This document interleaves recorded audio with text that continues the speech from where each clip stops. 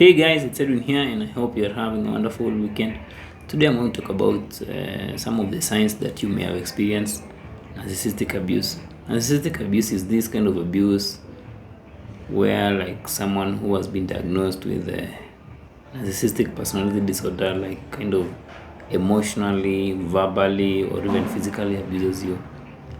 And there are some signs actually which can help you determine if someone with these traits has abused you, or if you've been through a relationship with someone like this, because sometimes in this kind of relationships you may never know what's hitting you, because it's not physical violence, so the abuse is not the scars are not physically visible, but you are feeling some deep pain inside you. And I'm going to be sharing with you some of the signs that you may have experienced narcissistic abuse. The first sign is you've experienced an emotional roller coaster. This is where, like, during the course of the relationship, they displayed this hot and cold behavior. Like, your partner may have showered you with affection, showered you with words of admiration, bought you gifts, like today, and then tomorrow they're calling you names, they are criticizing you, they are invalidating you. Tomorrow they are mistreating you. So it's just this hot and cold behavior, and mostly, of course, it's cold behavior. So they might turn hostile towards you, and you don't even know what's really happening. You don't even know what you've done. So it's just that emotional roller coaster, like up and down, but it's mostly down. The other one is if you constantly experience, like, criticism and put downs. Yes, in relationships, criticism is okay when it's constructive, but in a case of narcissistic abuse, is you are constantly criticized for everything. If it's the salt in the food, if it's coming home late, and it's every day for everything you do, like, you rarely get any positive kind of criticism. It's all about putting you down, as if as if you don't know what you're doing.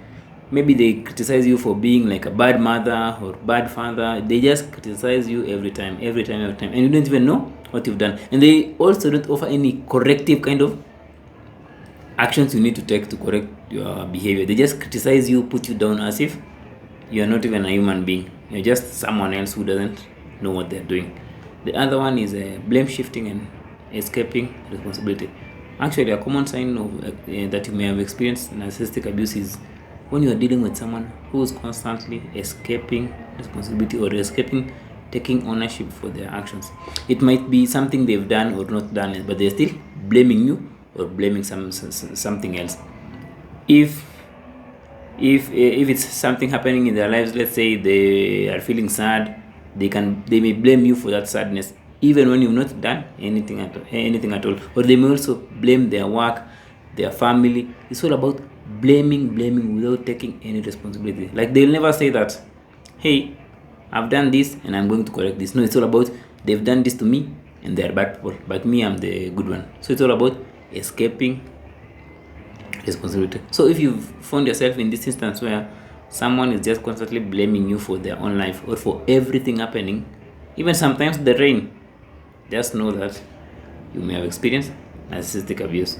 The other one is isolation. Isolation is actually a dangerous one. This is where, like, your partner may have been isolating you from your friends. Of course, indirectly, they may have been telling you that, hey, I want you to start not seeing those friends of yours because they are spoiling our relationship. I want you to stop going for those meetings, those church meetings, or stop going out. It's all about just pushing away anyone who's supportive to you. I want you to stop seeing that person. I want you to stop making those phone calls. It's all about pushing away those people who can offer you support in case of anything. And then you just find yourself stranded with them, just being with them all the time. You don't have anyone else, you don't have any friends, you don't have any outside contact. It's just you and them. Then chances are they are making you dependent on them, or they are making you lose that support network so that they can abuse you. So if you find yourself in those instances where, like, you don't have any friends anymore, all your past relatives have isolated you, then chances are you've experienced narcissistic abuse. The other one, common one, is distorted sense of reality. It's called gaslighting. This is where, like, the abuser may have told you things to the point that you even question your reality. You don't even understand what's true from what's not. You don't even understand what's going on anymore. It's like you're living in two realities. a false reality and a true reality, and you can't differentiate between the two.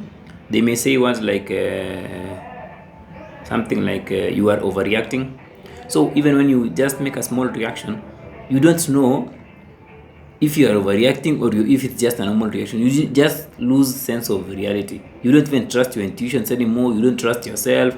You don't trust anything anymore, to the point that you trust them more than you trust yourself, because you just feel that, oh, everything you do is wrong, everything you do is your fault. So it's called gaslighting. Like, they distort your sense of reality. Like, you don't know what's happening anymore. Like, you question yourself, you question your sanity, you question if you're crazy, because they've constantly called you crazy, or they've constantly done something which makes you doubt your sanity. So that's gaslighting. When you experience this feeling of, like, you know the truth is there in front of you, like they are cheating on you, or they are like sending messages to those other people, but they are telling you that I'm not doing anything, but you are seeing it, and then you question that. It means that they've distorted your sense of reality. You don't even know what's real from what's not. Or you might have seen something like the previous week they did something, and then you told them about it, and then after a week they tell you, no, I didn't do it. And then you question that thing. You remember that thing clearly, but you question it. You even think that you've lost your memory. That's gaslighting. It's so dangerous, and actually that's the common sign that you experience narcissistic abuse. The other one is smear campaign. Smear campaign is where, like, they tarnish your name. They talk ill about you to your friends, to your neighbors, or to just everyone around you. They may say that you've done this to them, you are sleeping around, you've infected them with an STD, or you've taken their money. They just want other people to see you as the devil, and them as this victim who's been hurt by this person. So if you are in this situation where, like, your partner has told others bad things about you, or has just smeared your name, then chances are you may have experienced narcissistic abuse, because it's all about painting themselves as this good person, and you as this very dangerous person who should not even have friends, who should not even have family.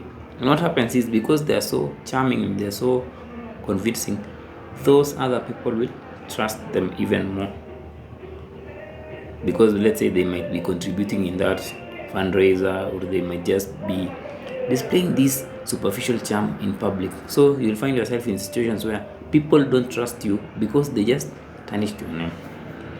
The other sign that you may have experienced narcissistic abuse is triangulation. This is where, like, your partner may have introduced other parties to your relationship. They may be constantly keeping in touch with their ex-partners. They may be constantly keeping in touch with other sexes, just to make you feel that you are inadequate, or that your position in the relationship is not secure, or just to make you feel jealous, to the point that you feel that you are competing with others for your partner. You see what's happening there? He or she is your partner, but you have to compete with others for your partner. Like, they just manufacture these love triangles to make themselves feel like they are this perceived prize, like to make themselves feel like they are these kind of people who people want to be with. And it doesn't have to be other partners. It can be also other other family members. They just this friction between you and other people for the person. So it's just like a form of competition. Chances are that you've experienced narcissistic abuse. The other one is identity erosion. Like, you don't even know who you are anymore. You don't even know your values. You don't even know your boundaries. You're just there in the relationship. You don't even know the things you love, your interests, what you believe in. You're just there. Like, you don't even know what you're not supposed to do, what's within your control, what's not within your control. Like, they've completely eroded or violated your boundaries. See, boundaries are more of things which dictate where you end and where the other begins. But when you've experienced narcissistic abuse, you don't even know where you end and where the other begins. You find yourself doing things to others, even if they're harmful to you, but you can't stop yourself from doing it. And you don't even know that you're not supposed to do them, because your boundaries have been so violated to the point that you don't understand your identity. You've been invalidated. You've been called names. So you don't even know, like, your value anymore. You get to the point where you really feel so valueless, like you feel that you're not even worthy to live any kind of passionate life. Yeah, the last sign is walking on eggshells. This is where, if in that relationship you always feel like you had to tread carefully so that your partner could not explode with rage, because every time you do something, they might break some glass. Every time you do this, they might explode with rage. They might become hostile towards you. The point that in that house, you become so anxious, and it feels like you are literally like walking on eggshells. Like every step you take, you are so watchful. Every step you take, you are so watchful. Every step you take, you are afraid of upsetting your partner. If you've gotten to that point where the relationship was more like literally like walking on eggshells, then chances are you've experienced narcissistic abuse. So those are just some of the signs that you might have experienced narcissistic abuse. And actually, this is for you to understand that some of the things you are going through now, let's say even after that relationship has ended, or even if you're still in that relationship, if you feel that things don't make sense, it doesn't have to be physical.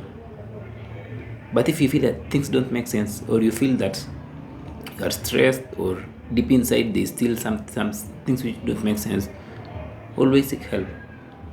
Because it doesn't need to be physical. It doesn't need to be physical scars for you to really like go and seek help. No, it can be these things I've listed above. And as long as the relationship is a source of your daily stress instead of being the source of your peace, then the best place for you is to step out of the relationship. It doesn't really matter if you've been in the relationship for 20 years, 30 years, or something. As long as the relationship is becoming the constant source of your stress daily, day in, day out, then chances are you are experiencing something you can't even explain. And chances are you are experiencing narcissistic abuse. And you cannot really explain that to someone, like to your family members, that hey, this person is abusing me. At times they will not understand, because maybe even also them, they are just trapped in the same reality, distorted reality.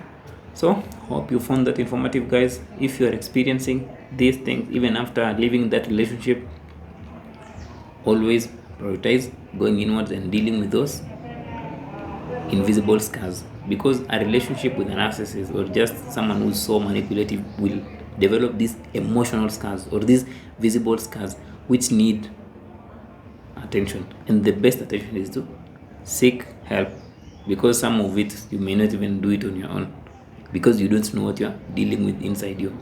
Hope you found that informative, guys. Until next time, feel free to share, subscribe, and comment.